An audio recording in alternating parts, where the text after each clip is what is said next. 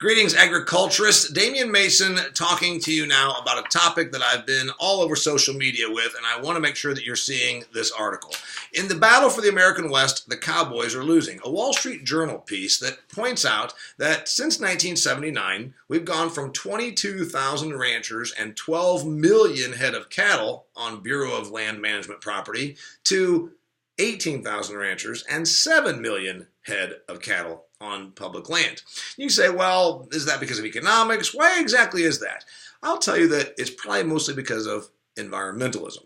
So why this matters to you and everybody in agriculture is because A, we have an environment of environmentalism. I talk about this quite a bit because it's true. More and more people are influenced by environmental causes, right or wrong, but very well funded. Environmental Working Group, Audubon Society, the Nature Conservancy. Do you think they want cattle out there where there could be sage grouse? Secondly, we're outnumbered. You know this. You hear me talk about it all the time. 1% of us farm, 7% of us as a country peripherally involved in the business of food and agriculture. So we don't have a big outsized ability to vote our interests because we're at best 93-7 outnumbered. There's a third reason, and this is the one that's more concerning to me.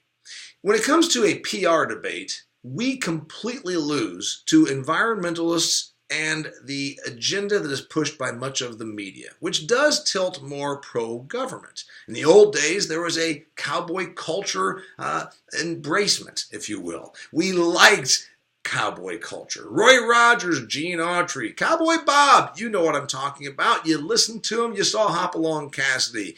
But is that popular today? Absolutely not.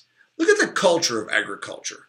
Man and wife, traditional values, raising livestock for slaughter, carrying firearms to shoot predators, eating meat, rugged individualism. Are those values that you think America stands for today, or would be more anti?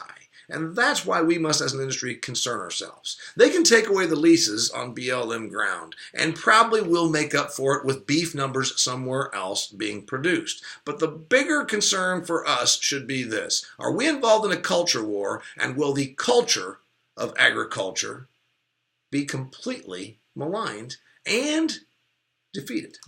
I'm Damian Mason. Thank you for joining me. I talk about the business of agriculture, and I very much appreciate you joining me.